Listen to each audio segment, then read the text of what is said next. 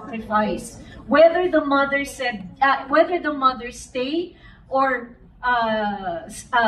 go back, it's both an expression of love and sacrifice. And I just want to raise it para lang makita natin, ma-unpack the difficulty of making that kind of decision for a mother or even for a carer na merong kamag-anak or malapit sa puso na nasa emergency or in a bad situation, no? So that's a very painful decision.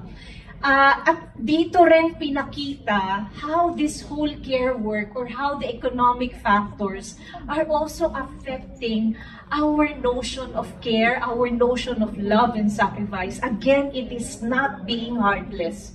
Let's not think of that choice as heartless. You might say it's practical, but it's just too painful to know that that's the reality we are in right now. Kaya nga sinasurface natin siya para ma-recognize at maintindihan whatever choices our OFWs or kahit na sinong tao kapag nasa ganitong moral dilemma, no? Thank you everyone for your sharing, and now I will move to my next question, which is, what is it in the performance that struck you the most? Any moment or any scene in the performance or any line that moved you or changed you or your perspective as a person? Can you, yes sir?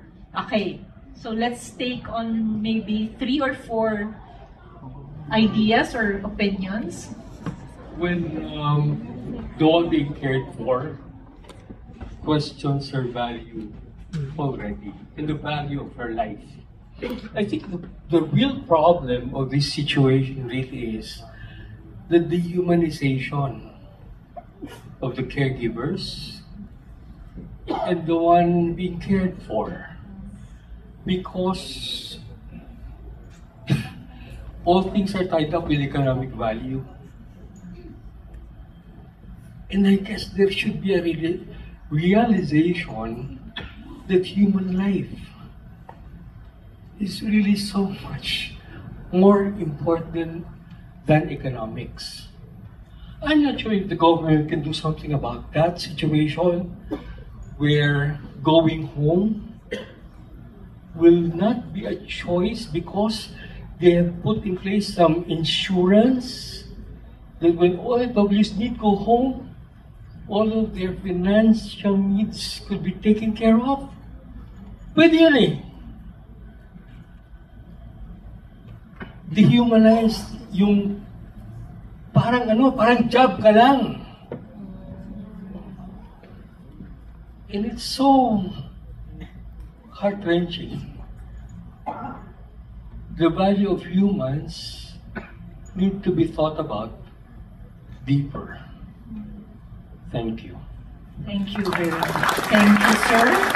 Yes, the lady at the back, dito sa side, yes.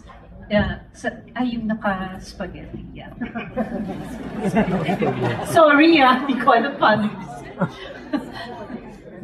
Hello po. So, yung pinaka-nag-strike po talaga sa akin na line is, we don't need a hero but a caring community. So, this is my perspective po as a nursing student po. I'm currently third year na po. And masasabi ko po is, tayo mga like yung mga tao sa healthcare community, we are all heroes kasi we dedicate our time, lalo na kung dito ko sa Philippines nag-work. I've experienced as a student na 40 yung patients ko and I'm only one. I'm giving all those medicines, their vital signs, and so, yung emotional needs ng mga patients.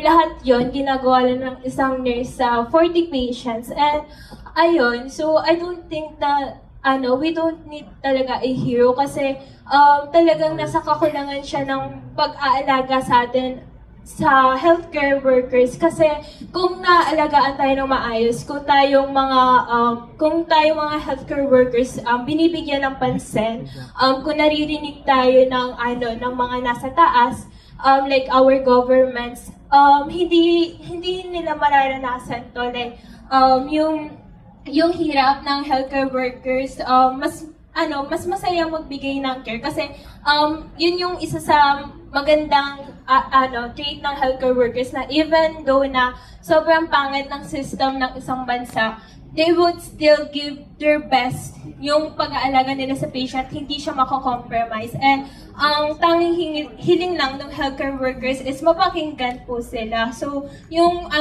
may bibigay lang po natin na parang appreciative po sa healthcare workers natin is a caring community po na mapakinggan po sila one day. Thank you. Thank you. That's from the perspective of a health worker.